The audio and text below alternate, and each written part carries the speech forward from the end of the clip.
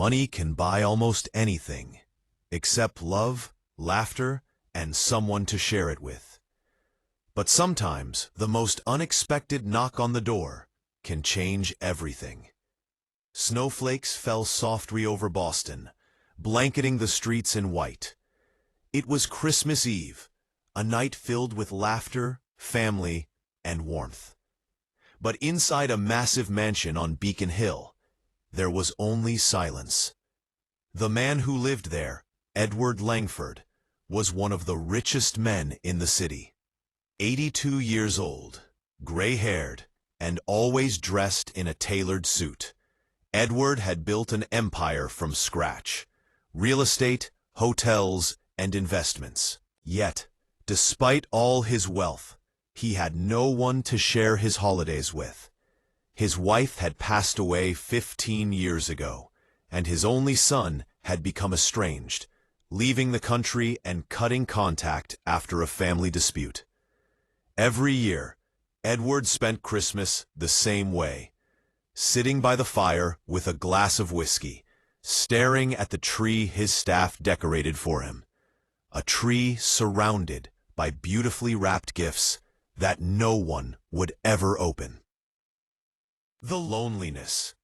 Edward looked out through the tall windows. He could see the city glowing with Christmas lights. From a distance came the faint sound of children laughing and carolers singing. He sighed. "Another Christmas alone," he murmured. The butler, James, appeared quietly. "Sir, would you like me to prepare your dinner now?" Edward nodded absent-mindedly. "Yes, thank you, James." As James disappeared into the kitchen, Edward leaned back in his chair. Despite the flickering fire, the room felt cold. The mansion, once filled with laughter and parties, now echoed with emptiness. He thought of his wife, Margaret, who had loved Christmas. Every year, she would bake cookies for the neighbors and decorate the tree herself. The memory made his eyes well up. But he quickly brushed it off. What good is remembering, he thought. The knock. Just as the clock struck 8 p.m., there came a knock on the front door. Edward frowned. No one ever visited him, especially not on Christmas Eve. He grabbed his cane, walked slowly to the door, and opened it. Standing there was a young woman, maybe in her late 20s, holding the hand of a little girl around 6 years old. Both were shivering in the cold. The woman's coat was thin, and her cheeks were red from the wind. "Good evening, sir," she said nervously. "I'm sorry to bother you, but my car broke down a few blocks away. We were walking home from the diner where I work. It's freezing out here, and my daughter's really cold. Could we maybe wait inside for a few minutes until help arrives?" Edward looked at them silently. For a moment, he wanted to say no. He wasn't used to strangers, especially not in his private home. But then, he looked at the little girl, her small hands trembling, clutching a stuffed reindeer. "Come in," he said quietly. Warmth and cocoa. They stepped into the grand foyer, eyes widening at the sight of the enormous Christmas tree and sparkling chandeliers. "Oh wow, Mommy, it's so pretty," the little girl exclaimed. The woman smiled shyly. "Thank you, sir. I'm Sarah, and this is Lily.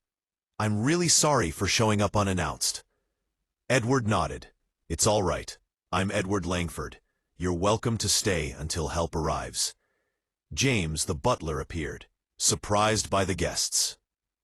Edward turned to him. "James, could you bring some hot cocoa for our guests?" "Yes, sir." Within minutes, the aroma of cocoa filled the air. Lily's face lit up as she took her mug and wrapped her tiny hands around it. Edward found himself smiling, something he hadn't done on Christmas in years. As they warmed up by the fire, Sarah shared their story. She was a single mother, working double shifts at a local diner to make ends meet. Her husband had passed away in an accident 3 years earlier. Despite their struggles, She tried to give Lily a happy Christmas every year. Tonight, after finishing her shift, she was driving home when the car broke down in the snow. "I didn't know where else to go," she said softly. "Most houses had their lights off, but yours, well, it looked warm." Edward chuckled quietly. "I suppose it is warm, but it's been quiet for a long time." Lily looked up at him with innocent eyes. "Don't you have anyone to celebrate Christmas with, mister?" The question caught him off guard. He hesitated, then shook his head.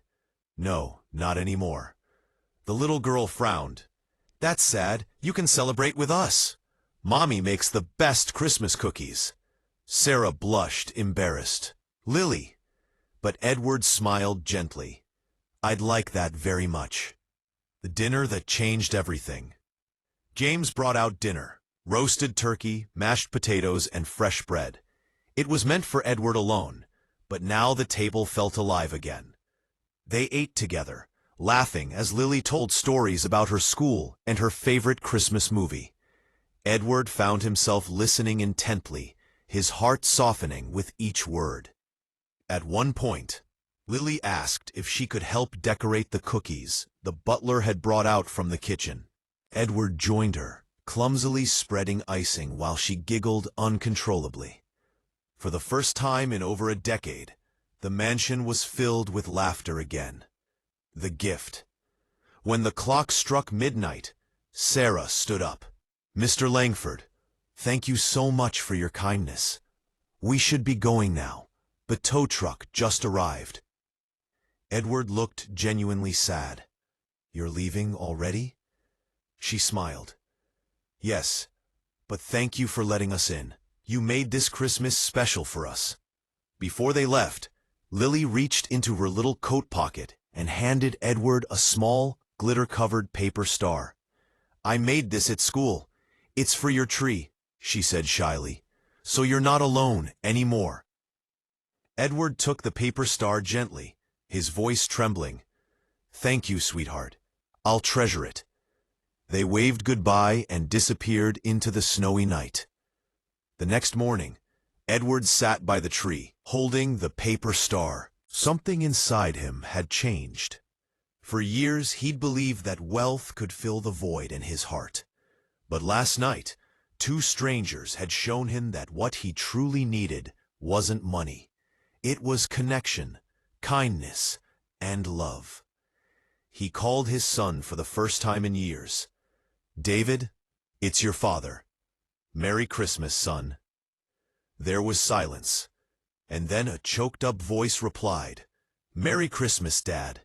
I've missed you." Edward smiled, tears in his eyes. "I've missed you too. Let's not spend another Christmas apart." A year later. The next Christmas, the mansion was alive with laughter again. But this time, it wasn't empty. Sarah, Lily, Edward's son, and even some neighbors were there. The table was full, the fire crackled, and on the very top of the Christmas tree hung a small paper star, the same one Lily had given him that night. Edward looked around the room, smiling. It was no longer just a house. It was a home again. Sometimes, the greatest gifts don't come wrapped in ribbons or gold. They come in the form of love, warmth, and the kindness of strangers. One knock on the door can change a lifetime of loneliness.